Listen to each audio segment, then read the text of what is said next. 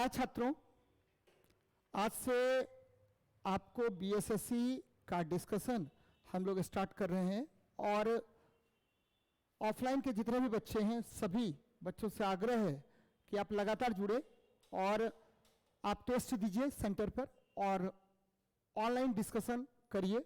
और जहां भी जिस भी प्रश्न में आपको प्रॉब्लम होगा तो आप निश्चित रूप से ठीक है गुरुजी से आकर के मिल सकते हैं। सभी गुरुजी आपके लिए बैठे हुए हैं, आपको जहां भी जो भी प्रॉब्लम हो तो आप मिलिए और जिस भी क्वेश्चन में थोड़ा सा भी डाउट लगे तो आप ज़्यादा से ज़्यादा पूछने का प्रयास कीजिए। चलिए बढ़ते हैं हम लोग आज के प्रश्न पर। तो सबसे पहला प्रश्न कहाँ पर है बच्चे, तो यहाँ देख लेते हैं। सबसे पहला प्रश्न है आपको, फिर हम आएंगे बाद में चेक करेंगे, तो पहले देख लेते हैं।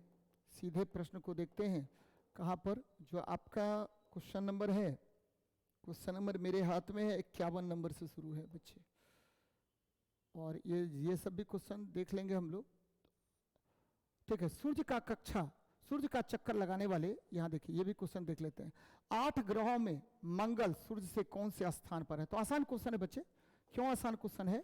क्योंकि ये देखिए 8 ग्रहों में मंगल कौन से स्थान पर है। तो मैं बार बार आपको बताता रहता हूं कि देखिए बु सु प्री मंग, प्री मंग और क्या हुआ वृष, और अब हो जाएगा वृष और अब हो जाएगा। ये 8 ग्रह हैं। कुल कितने ग्रह हैं? 8 ग्रह हैं बच्चे।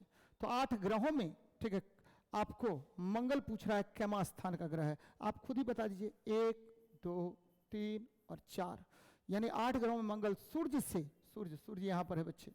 पहला ग्रह क्या हुआ? बुध हो गया। तो आप बताएंगे कि कौन सा नंबर पर है। तो आपका मंगल जो है वह चौथे नंबर का ग्रह है बच्चे। तो चौथा स्थान पर है, याद रखिएगा चौथा स्थान पर है। एक चीज, दूसरी चीज क्या कि आपको याद रखना है कि मंगल किसके बीच, मंगल बोलते पृथ्वी, आपका ये पृथ्वी है, पृथ्वी किसके बीच है? तो पृथ्वी है, आपको ध्यान में रखना है, पृथ्वी शुक्र और मंगल के बीच स्थित है। शुक्र और मंगल के बीच स्थित है, याद रखना बच्चे, किसके बीच? शुक्र और मंगल के बीच स्थित है पृथ्वी।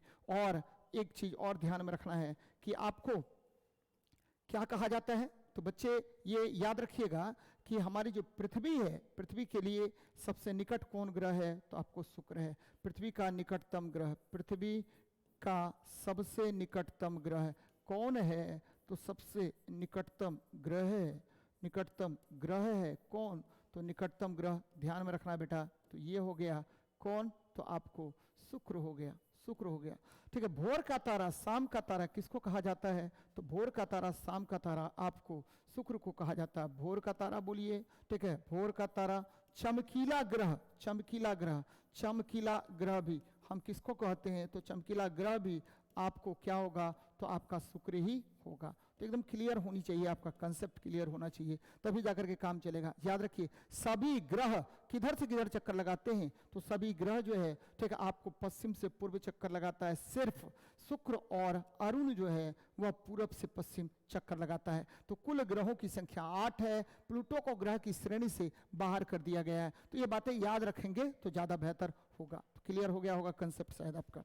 नेक्स्ट देखते हैं क्या कह रहा है। सूर्य का चक्कर लगाने वाली सभी 8 ग्रहों के निश्चित पथ को क्या कहा जाता है? तो बच्चे अगर कोई भी ग्रह सूर्य के चारों तरफ चक्कर लगाएगा तो केपलर साहब ने ग्रह गति का नियम दिया था। किसने दिया था? केपलर महोदय ने ग्रह गति का नियम दिया था, और इसे कक्षा कहा जाता है, ऑर्बिट कहा जाता है। क्या कहा जाता है? ऑर्बिट। याद रखिएगा किसने दिया ग्रह गति का नियम? तो ग्रह गति का नियम, ग्रह गति का नियम दिया, ग्रह गति का नियम दिया किसने? तो बच्चे नियम दिया केपलर ने। किसने दिया था? तो केपलर ने दिया था। ध्यान में रखिएगा केपलर ने दिया था ग्रह गति का नियम, केपलर ने दिया। केपलर ने 3 ग्रह गति नियम दिए, पहला, दूसरा और तीसरा। और पहला नियम इन्होंने क्या कहा कि देखिए प्रत्येक ग्रह सूर्य के चारों तरफ दीर्घ वृत्ताकार कक्षा में चक्कर लगाता है। कौन सा कक्षा? तो दीर्घ वृत्ताकार, इलिप्टिकल ऑर्बिट में चक्कर लगाता है। दूसरा इन्होंने क्या कहा कि देखिए ठीक है अगर कोई ग्रह सूर्य के चारों तरफ चक्कर लगाएगा तो उसका क्या होगा?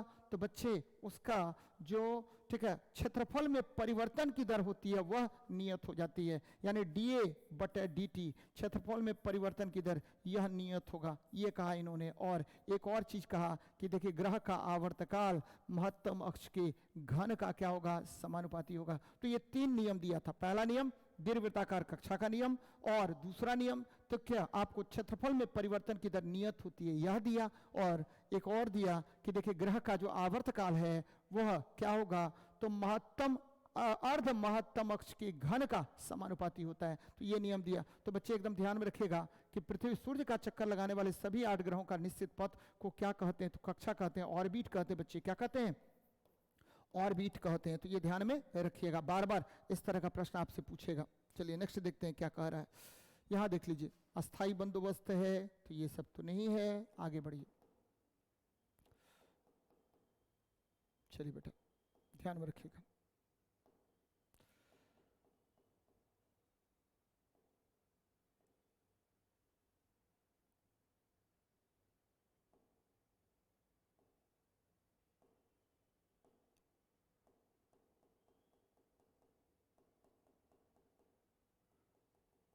चलिए आगे बढ़ते हैं, नेक्स्ट क्वेश्चन को देखते हैं क्या है आपका क्वेश्चन 32-33।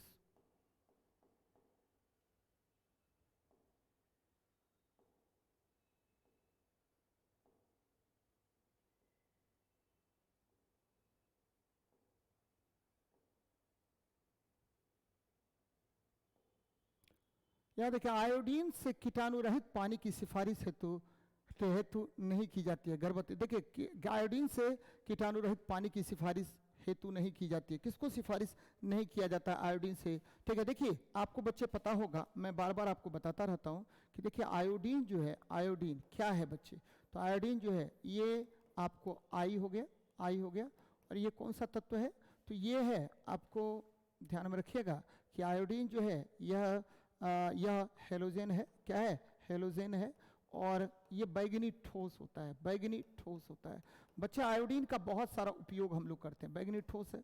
और आपको पता है कि यह थायरॉक्सिन हार्मोन के सिक्रेशन के लिए बहुत उत्तरदायी होता है। थायरॉक्सिन हार्मोन आयोडीन से क्या होगा, थायरॉक्सिन हार्मोन का सिक्रेशन करता है बच्चे, थायरॉक्सिन हार्मोन के लिए बहुत इंपॉर्टेंट है।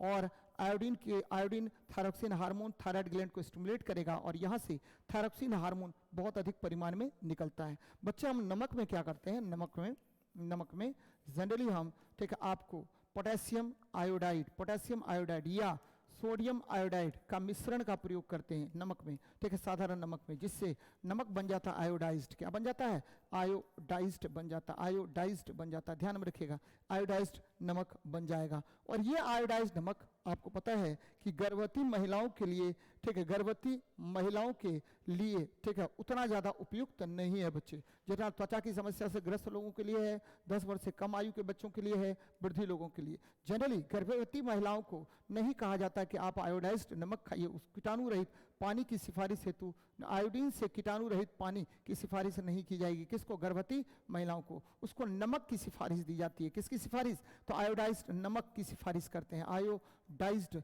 नमक बोलते हैं कि आप लीजिए, लेकिन ये नहीं बोलेंगे कि आप जो है क्या कीजिए, कि आयोडीन से कीटाणु रहित पानी की सिफारिश हम लोग उसको नहीं करते हैं। बाकी लोगों को किया जाता है बच्चे, ध्यान में रखेगा, इसको नहीं करेंगे गर्भवती महिलाओं को, क्योंकि गर्भवती महिलाओं के गर्भ में भ्रूण पल रहा होता है, जिसको आयोडीन जो है बहुत अधिक, ठीक है, क्या पहुंचाता है, क्षति पहुंचाने का कार्य करता है। एक चीज और ध्यान में रखिएगा बच्चे कि आयोडीन में जब हम इथाइल अल्कोहल मिला देते हैं, तो ये क्या बन जाता है, तो ये टिंचर बन जाता है, टिंचर आयोडीन का निर्माण करता है, टिंचर आयोडीन बन जाता है। और ये आपको क्या होगा, तो टिंचर आयोडीन ये आपको कीटाणु को मारने का काम करता है। और ठीक है, बहुत अच्छा क्या होता है, तो बच्चे एक तरह से कहिए कि यह प्रयोग किया जाएगा किसमें, तो माइक्रो ऑर्गेनिज्म को मारने के लिए, कीटाणुओं को मारने के लिए इसका उपयोग हम लोग करते हैं बच्चे। क्या किस में करते हैं, तो आपको कीटाणुओं को मारने के लिए करते हैं। अगर किसी को कट फट गया तो उसको साफ करने के लिए भी हम लोग आयोडीन और इथाइल अल्कोहल के मिश्रण का उपयोग करते हैं। तो ये याद रखिएगा, बार बार इस तरह का प्रश्न आपसे पूछेगा। चलिए नेक्स्ट देखते हैं क्या कह रहा है क्वेश्चन में। नेक्स्ट देखिए, सीधे आते हैं,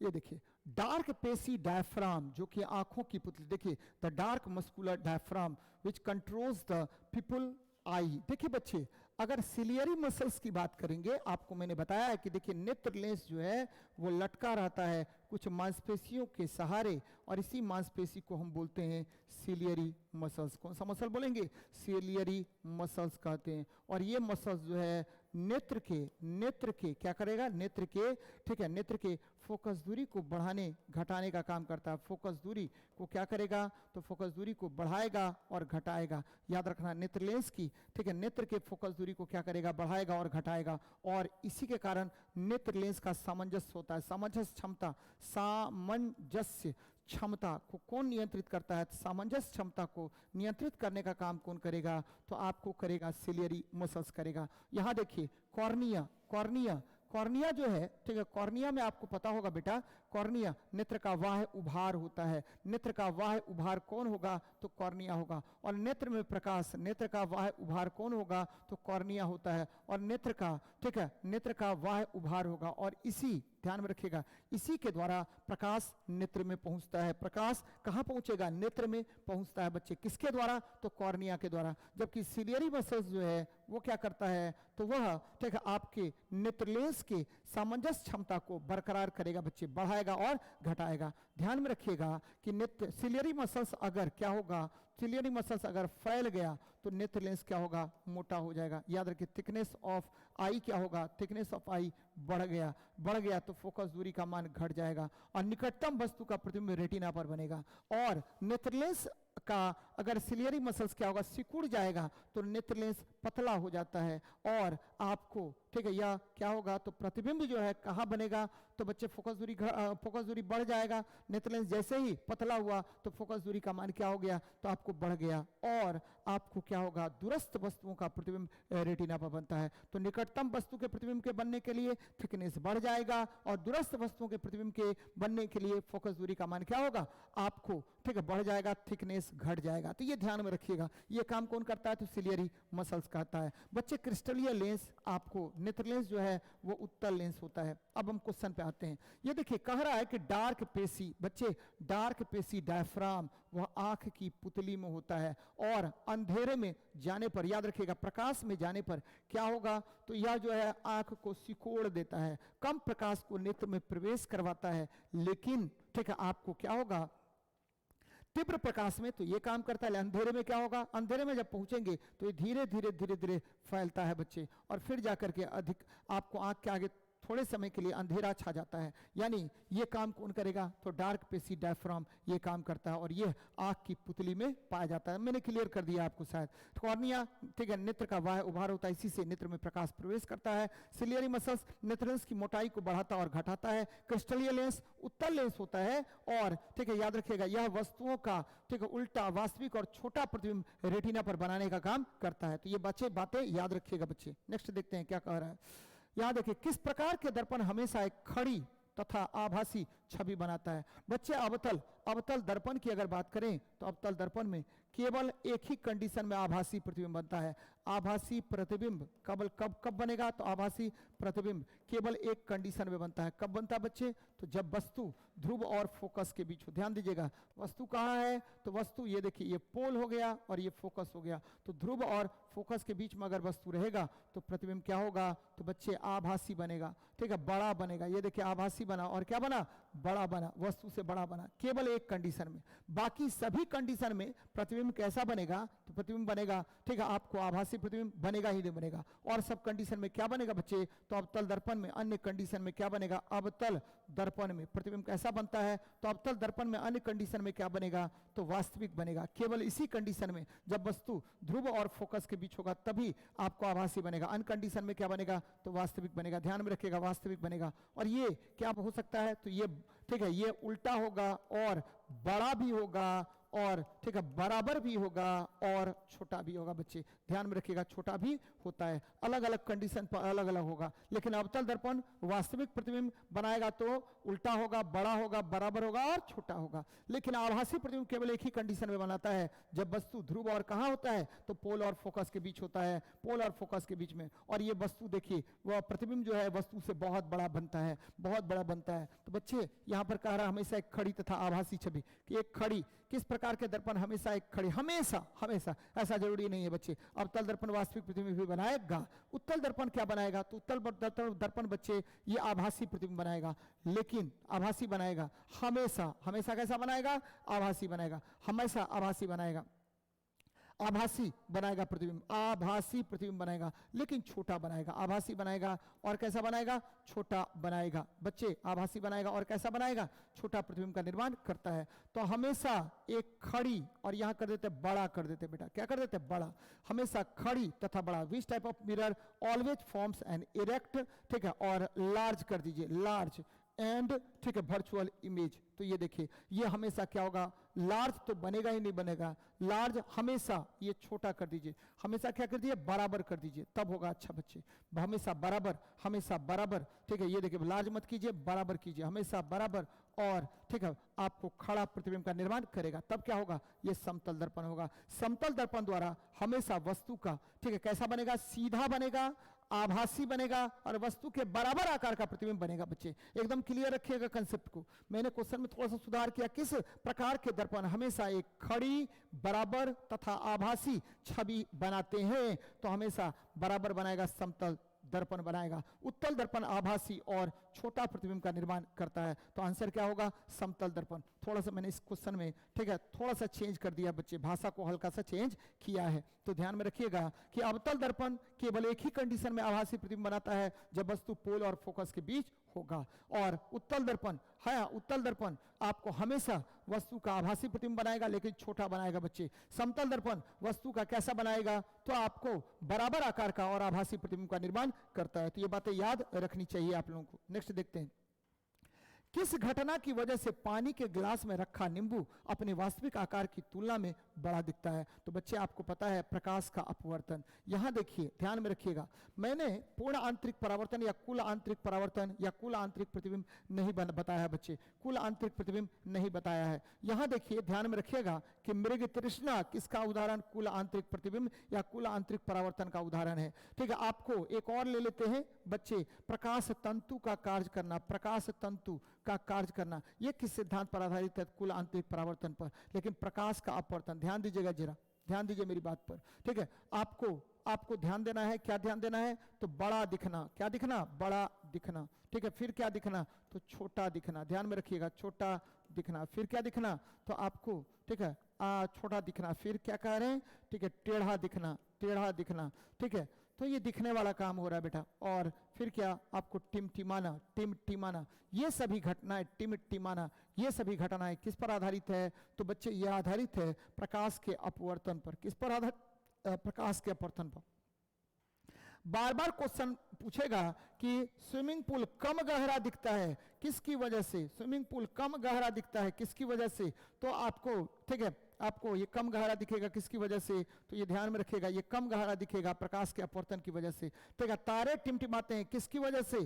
तो यह, ठीक है, आपको तारे टिमटिमाते हैं प्रकाश के अपवर्तन के कारण। ठीक है, जल में पड़ी छड़ी टेढ़ा दिखाई देता है, किसके कारण? अपवर्तन के कारण। ठीक है, कोई वस्तु छोटा दिखता है, किसके कारण? तो आपको अपवर्तन के कारण। बड़ा दिखता है, किसके कारण? तो बच्चे जल में पड़ा, ठीक है, मछली ऊपर दिखाई देता है, ये भी आपको अपवर्तन के ही उदाहरण है। तो ध्यान में रखिएगा अपवर्तन। अब आपके दिमाग में चल रहा होगा कि सर अपवर्तन क्या है भाई, अपवर्तन क्या है? तो जब प्रकाश की किरण एक माध्यम से दूसरे माध्यम में जाती है तो इसको सीधे गमन कर जाना चाहिए था बच्चे। क्या होना चाहिए? सीधे गमन करना चाहिए, कर जाना चाहिए। सीधे न गमन करके ये क्या होगा? तो अभिलंब से दूर भागता है या अभिलंब की ओर मुड़ता है। इस घटना को हम क्या कहते हैं? तो बच्चे अपवर्तन कहते हैं। ध्यान में रखिएगा, रिफ्रैक्शन कहेंगे। क्या कहेंगे? रिफ्रैक्शन कहेंगे। प्रकाश का परावर्तन क्या है? तो जब प्रकाश की किरण, ठीक है, when light travel from one medium and incident on another medium and return back to the same medium, then this phenomenon is known as reflection। बच्चे कुछ भी नहीं है, प्रकाश की किरण किसी परावर्तक सतह पर पड़ती है, पुनः वापस उसी माध्यम में लौट जाती है। इस घटना को प्रकाश का परावर्तन कहते हैं। तो ये ध्यान में रखनी चाहिए आप लोगों को। चलिए नेक्स्ट देखते हैं क्या कह रहा है। MP3 प्रारूप क्या है? तो बच्चे MP3, जनरली MP3 क्या होता है? ध्यान में रखिएगा कि MP3 प्रारूप आपको ऑडियो प्रारूप है, जबकि यहीं पर अगर MP4 होता तो ये आपको क्या हो जाता, तो ये हो जाता आपका वीडियो प्रारूप होता, वीडियो प्रारूप होता। तो ध्यान में रखिएगा कि MP3 आपको क्या है, तो ऑडियो प्रारूप है, ऑडियो प्रारूप है बच्चे, एकदम याद रखना है, ऑडियो फाइल है। जबकि चित्र फाइल में क्या क्या होता है, तो बच्चे JPEG joint pictures experts group ये होता है JPEG, या बहुत सारे आजकल क्या होते हैं PNG फाइल देखते होंगे आप लोग, PNG देखते होंगे, तो बहुत सारे फाइल्स होते हैं जो आपको चित्र प्रारूप होता है। दस्तावेज तो आपको पता है वर्ड होगा, ठीक है, वर्ड होगा, PDF होगा, एक्सेल होगा, बहुत सारा सामग्री आपको लेख या दस्तावेज सामग्री होती है। तो आंसर हो जाएगा ऑडियो प्रारूप। ये ध्यान में रखिएगा बच्चे, बार बार आपसे क्वेश्चन पूछेगा। यहां देखिए, बिना बुझा हुआ चूना का रासायनिक सूत्र क्या है, तो बिना बुझा हुआ चूना को हम क्विक लाइम कहते हैं। क्या कहते हैं, क्विक लाइम। बेटा एकदम ध्यान में रखिएगा, क्विक लाइम का जब भी फॉर्मूला की बात करेगा तो कैल्शियम ऑक्साइड होगा, ठीक है। फिर देखिए एक और चीज हम ले रहे हैं, क्विक लाइम हो गया, फिर देखिए आपको क्या होगा, तो बच्चे स्लैग्ड लाइम पर हम चर्चा कर रहे हैं, स्लैग्ड लाइम पर चर्चा कर रहे हैं। स्लैग्ड लाइम क्या होता है, तो कैल्शियम हाइड्रोक्साइड होता है, कैल्शियम हाइड्रोक्साइड होता है। फिर देखिए आपको क्या कह रहे हैं, तो बच्चे ठीक है इस पर लेते हैं चूना पत्थर, लेंगे मार्बल, या क्या हो जाएगा मार्बल, या ले लीजिए लाइम स्टोन, क्या होगा, तो लाइम स्टोन हो जाएगा क्या, तो कैल्शियम कार्बोनेट CaCO3। बच्चे ब्लीचिंग पाउडर क्या होगा, तो ब्लीचिंग पाउडर होगा, ध्यान में रखिएगा, ब्लीचिंग पाउडर हो जाएगा कैल्शियम ऑक्सीक्लोराइड। ब्लीचिंग पाउडर किसको बोलते हैं, तो कैल्शियम ऑक्सीक्लोराइड को बोलते हैं, CaOCl2 को बोलते हैं। फिर देखिए आपको बार बार क्वेश्चन पूछेगा, क्या पूछेगा बच्चे, बार बार क्वेश्चन पूछेगा। यहां देखिए ठीक है, चूना पत्थर मैंने बता दिया, क्विक लाइम बता दिया। फिर देखिए बार बार क्वेश्चन पूछेगा कि चूना जल को दूधिया कौन गैस करता है, चूना जल को दूधिया कौन गैस करता है, चूना जल को दूधिया कौन करेगा, तो दूधिया, ठीक है, दूधिया करता है, ये करेगा, करता है कौन गैस, तो कार्बन डाइऑक्साइड। कौन गैस करेगा, तो कार्बन डाइऑक्साइड करेगा। तो बच्चे इसका फॉर्मूला क्या होगा, तो क्विक लाइम का फॉर्मूला होगा CaO। तो ये ध्यान में रखनी चाहिए आप लोगों को। चलिए नेक्स्ट देखते हैं क्या कह रहा है, कह रहा कागज का जलना किस प्रकार की अभिक्रिया है। बच्चे मैंने एक तरीका बताया है आपको कि देखिए अभिकारक ठीक, अभिकारक से क्या बना, प्रतिफल बना, प्रतिफल बना, ठीक है। ध्यान दीजिए बच्चे, प्रतिफल बना यानी रिएक्टेंट से आपको प्रोडक्ट बन रहा है, रिएक्टेंट से क्या बन रहा है, प्रोडक्ट्स बन रहा है, ठीक है। कोई भी प्रोडक्ट बनेगा अगर, ठीक है, प्रोडक्ट से भी रिएक्टेंट बन जाए, प्रोडक्ट से भी रिएक्टेंट बन जाए, तो ऐसी अभिक्रिया को हम क्या कहते हैं, ध्यान दीजिएगा, ठीक है। ये क्या करेंगे, ठीक है, जनरली केस में इसको बोलते हैं क्या, तो आपको बन गया और इधर से भी इधर हो गया, तो ये हो गया। ये जो अभिक्रिया होगा इसको हम कह सकते हैं क्या, अभिक्रिया जो होगा इसको हम कह सकते हैं क्या, भौतिक, क्या बोलेंगे, भौतिक। लेकिन आपको क्या होगा, तो रिएक्टेंट से प्रतिफल बना, लेकिन प्रतिफल से रिएक्टेंट नहीं बनता है। तो बच्चे ये जनरलाइज कंडीशन है, हम ऐसा हार्ड एंड फास्ट रूल ऐसा नहीं होता है बच्चे। यानी भौतिक प्रक्रिया में क्या होता है कि ये देखिए पदार्थ से क्या बना, पदार्थ से मान लीजिए कुछ अन्य पदार्थ बना, ठीक है, अन्य पदार्थ बना, और अन्य पदार्थ से पुनः क्या होगा, तो ये पदार्थ का निर्माण हो जाए पुनः, तो इसको क्या बोलते हैं, तो भौतिक बोलेंगे। और पदार्थ से अन्य पदार्थ बना, लेकिन आपको क्या होगा, तो वह फिर पुनः अन्य पदार्थ से पदार्थ का निर्माण नहीं हो पाता है, तो ये रासायनिक प्रक्रिया होगी। तो कागज के जलने से कागज का बनना असंभव है बच्चे, इसीलिए यह रासायनिक अभिक्रिया हो गया। क्या हो गया, रासायनिक अभिक्रिया होगा। जब कागज को जला लेंगे तो उससे पुनः कागज प्राप्त करना थोड़ा सा कठिन हो जाएगा, इसीलिए आपको यह रासायनिक अभिक्रिया होगा। मेरी बात याद रखिएगा, भौतिक प्रक्रिया या भौतिक अभिक्रिया में कौन कौन आएगा, भौतिक अभिक्रिया में बच्चे बहुत इंपॉर्टेंट है, भौतिक अभिक्रिया में कौन कौन आएगा, तो बच्चे ये देखिए सबसे पहले क्या होगा, वाष्पीकरण, ध्यान में रखिएगा, वाष्पीकरण यानी इवापोरेशन। फिर देखिए गलना बच्चे, गलना, मेल्टिंग। फिर देखिए आपको क्या हुआ, जमना या हिमांक बच्चे, हिमांक, फ्रीजिंग पॉइंट। फिर देखिए आपको क्या होगा, ऊर्ध्वपातन बच्चे, ऊर्ध्वपातन, ठीक है। और फिर देखिए आपको क्या आ जाएगा, ऊर्ध्वपातन हो गया, वाष्पीकरण, गलना, ठीक है, हिमांक, ऊर्ध्वपातन, संघनन, ये सभी क्या है, तो बच्चे आपको, ठीक है, भौतिक प्रक्रिया के उदाहरण है, भौतिक प्रक्रियाओं के या भौतिक अभिक्रियाओं के उदाहरण है बच्चे। क्या क्या मैंने बताया, वाष्पीकरण, इवापोरेशन, ठीक है, या बॉइलिंग कहिए, गलना मतलब क्या होगा, मेल्टिंग, हिमांक, फ्रीजिंग, ऊर्ध्वपातन, सब्लिमेशन, और संघनन मतलब कंडेंसेशन। ये सभी अभिक्रियाएं कौन सी अभिक्रियाएं हैं, तो बच्चे रासायनिक अभिक्रिया होती हैं। तो ये ध्यान में रखिएगा। खारे पानी के पारिस्थितिकी तंत्र में डैश की मात्रा सबसे अधिक होती है। खारे पानी के पारिस्थितिकी तंत्र में डैश की मात्रा सबसे अधिक होती है। बच्चे मैं बार बार आपको क्लास में बताता रहता हूं कि देखिए खारा पानी या समुद्री जल, ध्यान दीजिएगा समुद्री जल में, ठीक है, समुद्री जल में लगभग आपको क्लोरीन का परसेंटेज जो है 55% है, और फिर देखिए सोडियम का लगभग 31% के आसपास पाया जाता है बच्चे, और फिर जाकर के सोडियम आयन हो गया, फिर जाकर के सल्फेट आयन लगभग आपको 60% बोलते हैं 7% के आसपास पाया जाता है। उसके बाद आ जाएगा मैग्नीशियम आयन, उसके बाद आ जाएगा कैल्शियम आयन। तो बच्चे ये सब बहुत बहुत कम परिमाण में होता है। जनरली देखिए कि सोडियम और क्लोरीन आपस में मिलकर के क्या बना लेता है, सोडियम क्लोराइड बना लेता है, और यह लगभग, ठीक है, आपको 1000 जल के 1000 मिलीलीटर जल में लगभग आपको 35 ग्राम किसका मात्रा होता है, तो बच्चे सोडियम क्लोराइड की मात्रा होती है। तो याद रखिएगा कि खारे पानी के पारिस्थितिकी तंत्र में सबसे अधिक मात्रा में क्या होगा, नमक होगा। जरा चीनी देखिए, चीनी क्या होता है, चीनी जनरली सुक्रोज होता है। क्या होता है, सुक्रोज, और इसका फार्मूला होगा C12H22 और O11 होगा, C12H22 और O11 होगा। लोहा फेरस होता है बेटा, और लोहा का जो परमाणु संख्या होता है वो 26 होगा। क्या होगा, 26, और ये 8वें वर्ग का तत्व है, 8वें वर्ग का तत्व होता है। और मैग्नीज बच्चे, मैग्नीज की परमाणु संख्या कितनी है, तो 25 है। मैग्नीज की परमाणु संख्या आपको 25 होती है, और ये 7वें वर्ग का तत्व होता है बच्चे, 7वें वर्ग का तत्व होता है, 7th ग्रुप का एलिमेंट होता है, और बहुत इंपॉर्टेंट, ठीक है, मैग्नीज पदार्थ होता है बच्चे, ये ध्यान में रखिएगा। तो समुद्री जल में सबसे अधिक मात्रा में सोडियम क्लोराइड होता है, तो ये ध्यान में रखिएगा। नेक्स्ट देखते हैं, निम्नलिखित में से त्वरण की इकाई क्या है, तो त्वरण क्या होता है, तो त्वरण होता है वेग में परिवर्तन की दर, वेग में परिवर्तन की दर होता है बेटा, वेग में परिवर्तन की दर होगा। और वेग में परिवर्तन की दर को हम क्या कहते हैं, तो ये हो गया dV/dt, यानी मीटर पर सेकेंड स्क्वायर हो गया, मीटर पर सेकेंड स्क्वायर हो गया। और ध्यान में रखिएगा कि त्वरण A बराबर हो गया V-U/T। और मैं 3 कंसेप्ट यहां पर आपको बताता हूं, क्या बताता हूं बच्चे, ध्यान में रखिए क्या कंसेप्ट में बताता हूं कि यदि V ग्रेटर देन U हो जाए तो A पॉजिटिव होगा, और ऐसी गति को त्वरित गति कहते हैं। कौन सी गति, त्वरित गति कहेंगे। और अगर V बराबर U हो जाए तो A बराबर 0 हो जाएगा, और इसको एक समान गति कहते हैं, और फिर देखिए V लेस देन अगर U हो जाता है तो A क्या होगा, निगेटिव होगा, और इसे मंदन कहा जाता है। क्या कहते हैं बेटा, मंदन कहते हैं, रिटार्डेशन कहा जाता है। तो ये ध्यान में रखिएगा, रिटार्डेशन कहते हैं, मंदन कहा जाएगा, यहाँ पर क्या कहेंगे, मंदन कहेंगे, रिटार्डेशन कहेंगे। तो ये सब बातें याद रखिएगा। तो मीटर पर सेकेंड स्क्वायर हो गया, मीटर पर सेकेंड स्क्वायर इसका मात्रक हो गया, तो ये ध्यान में रखिएगा। नेक्स्ट देखते हैं क्या कह रहा है, हड्डी एक मांसपेशी से जुड़ा होता है बच्चे।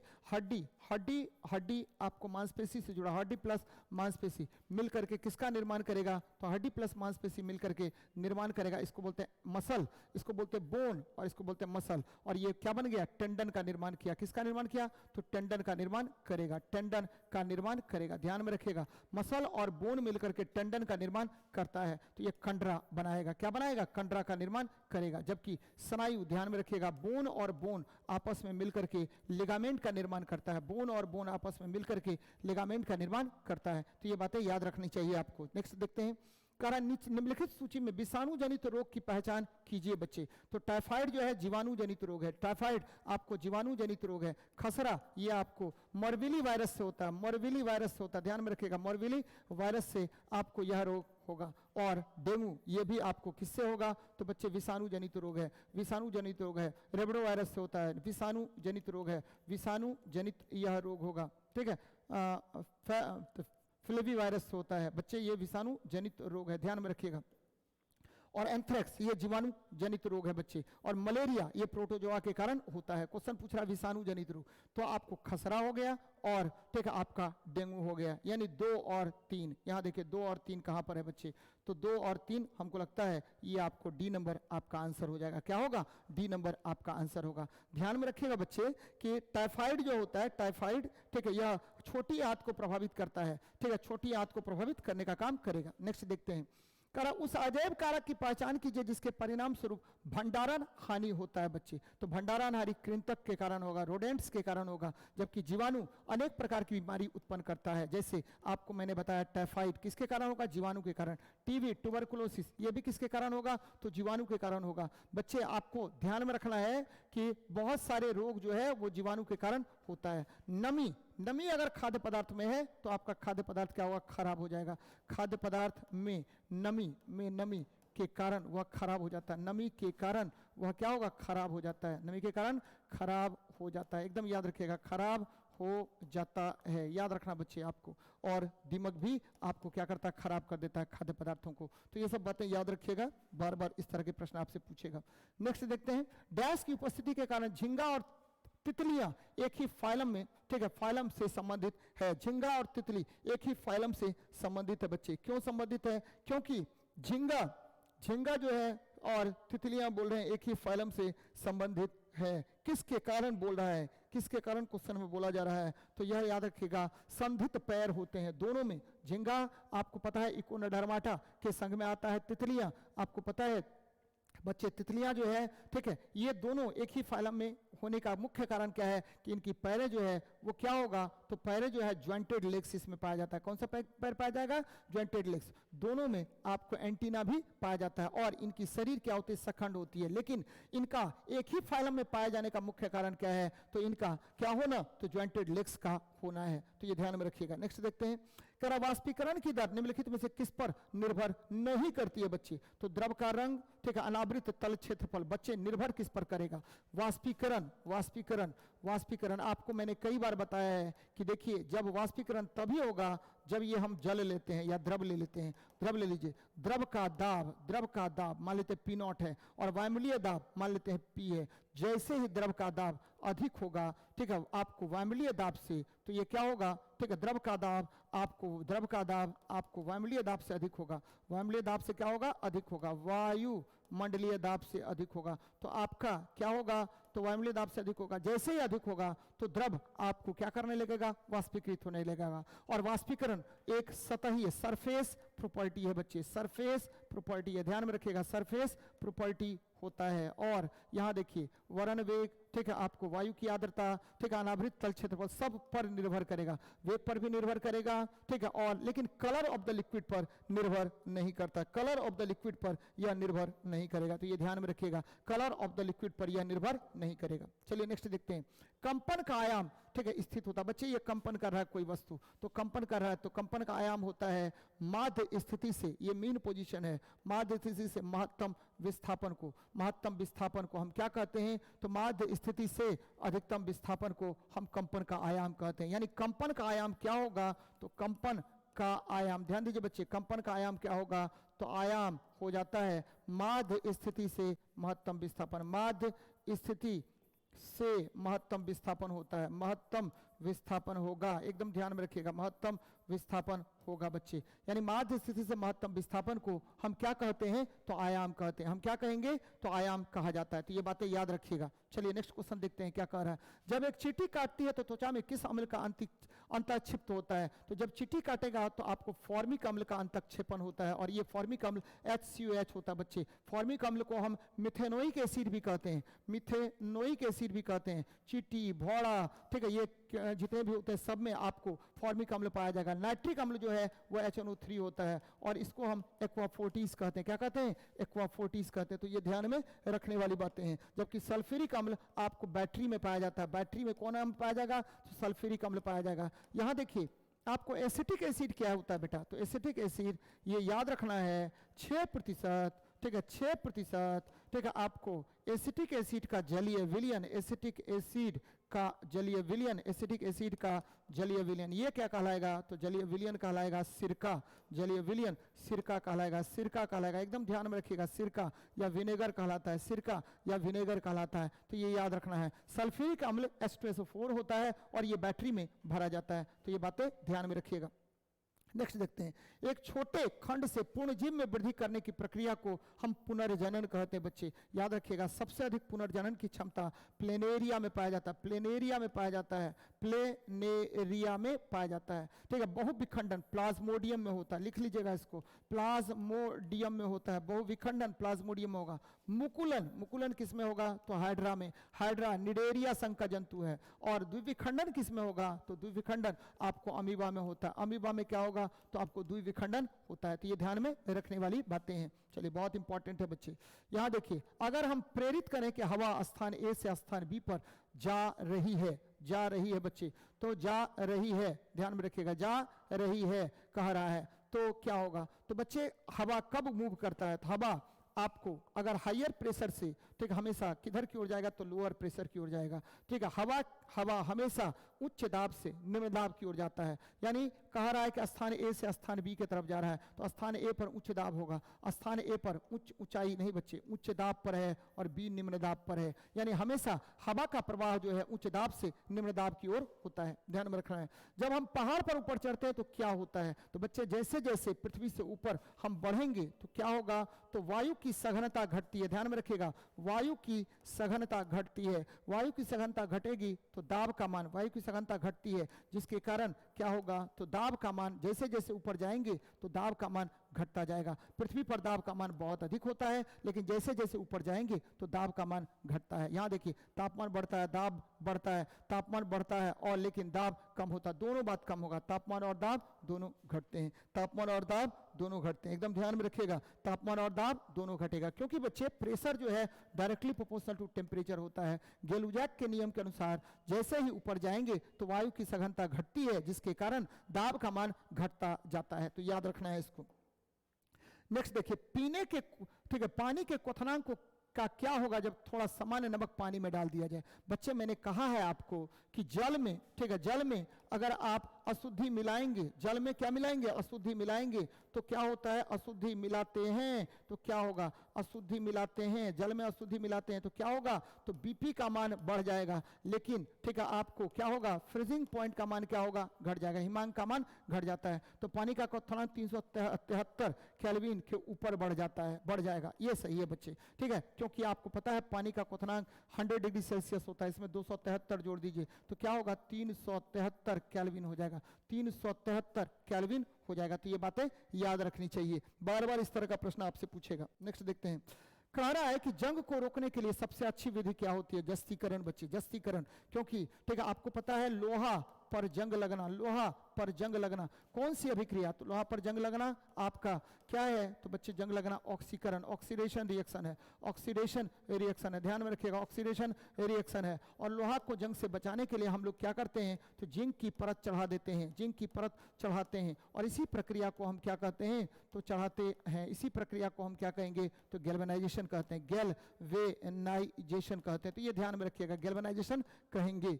और ठीक है, आपको वाष्पीकरण मैंने बताया। क्रिस्टल मतलब क्या होता है? तो आपको क्रिस्टल के रूप में परिवर्तित कर लेना, पदार्थ को क्रिस्टल के रूप में बदल देना। शकरकंद एक भूमिगत संरचना है जो भोजन को संग्रहित करता है। बच्चे शकरकंद होता क्या है?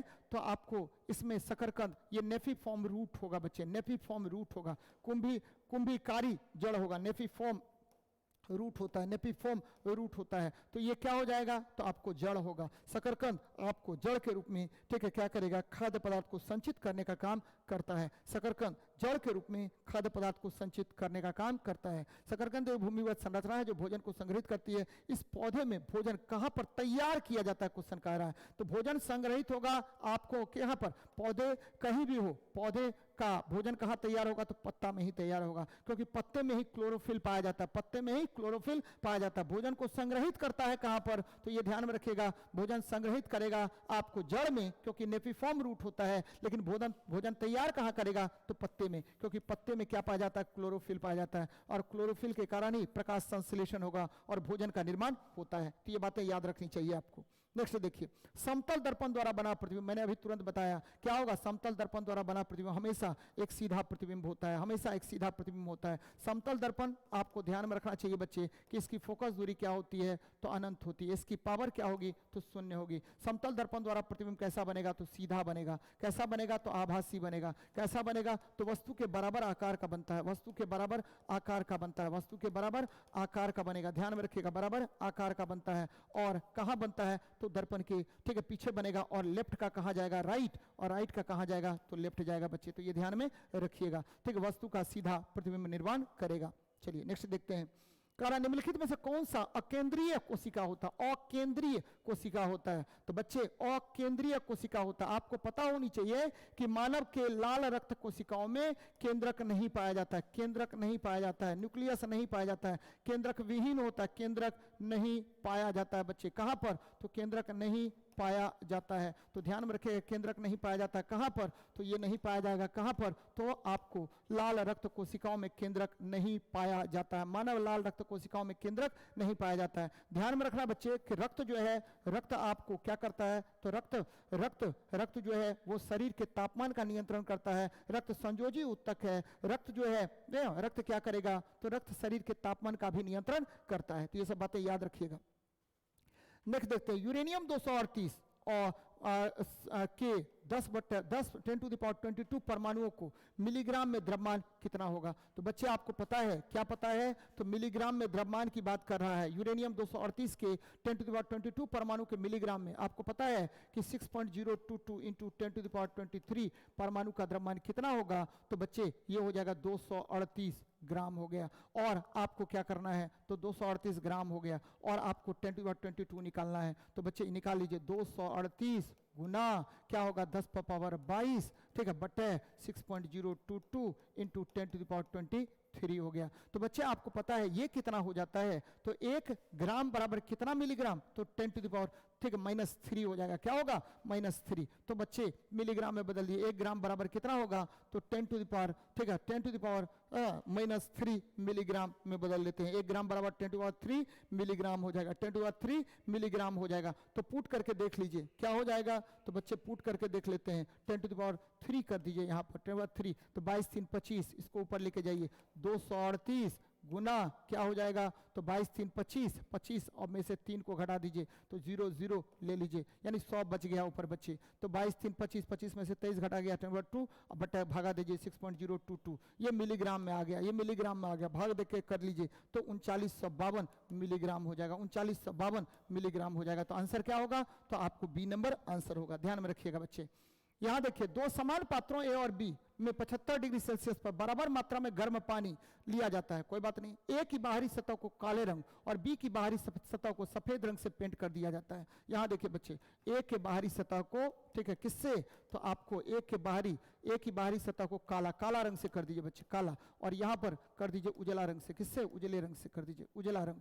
तो बच्चे काला और उजला हो गया, काला और उजला। और इसको हीट दीजिए, उष्मा दीजिए। तो जब उष्मा देंगे तो क्या होगा, तो बच्चे काला रंग, आपको पता है काला रंग क्या करेगा, काला रंग क्या करेगा, काला रंग यह आपको, ठीक है आपको उष्मा का अवशोषण करेगा, उष्मा का अधिक अवशोषण करेगा। और काला रंग क्या करेगा, उष्मा को परावर्तित करेगा। यह उष्मा का अधिक अवशोषण करता है, अधिक अवशोषण करेगा, अधिक अवशोषण करता है। ध्यान में रखिए बच्चे, अवशोषण करता है कौन, तो आपको काला रंग उष्मा का अधिक अवशोषण करता है। जब काला रंग अधिक उष्मा का अवशोषण करेगा तो याद रखना है बच्चे क्या हो जाएगा, तो ये 55 डिग्री सेल्सियस से अधिक उष्मा अवशोषित किया, इसीलिए टेम्परेचर क्या होगा, यदि ए का तापमान, कहां पर, ए का तापमान, यहां पर ए का तापमान कितना है, तो बच्चे ए का तापमान 55 डिग्री सेल्सियस पाया गया। तो बी का तापमान, ए और बी में 75 डिग्री सेल्सियस पर बराबर मात्रा में गर्म पानी है बच्चे। यहां देखिए, यहां पर क्या है, तो यहां पर दोनों में 75 डिग्री सेल्सियस था, 75 डिग्री सेल्सियस था,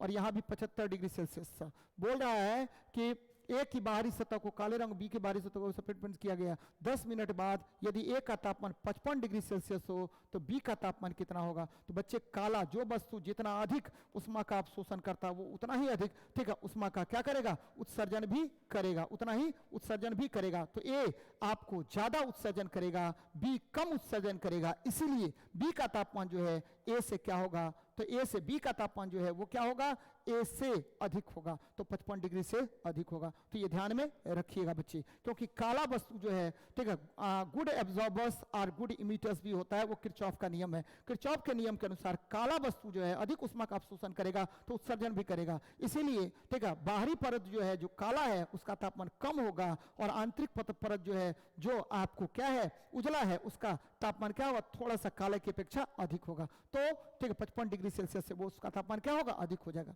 चलिए, बहुत अच्छी बात है, लगातार जुड़िए आप लोग और एक एक प्रश्न का हल अच्छे तरीके से देखिए। निश्चित रूप से हम लोग मेहनत कर रहे हैं और आपके लिए मेहनत कर रहे हैं। ठीक है, जल्दी मिलते हैं फिर। जय हिंद, जय भारत।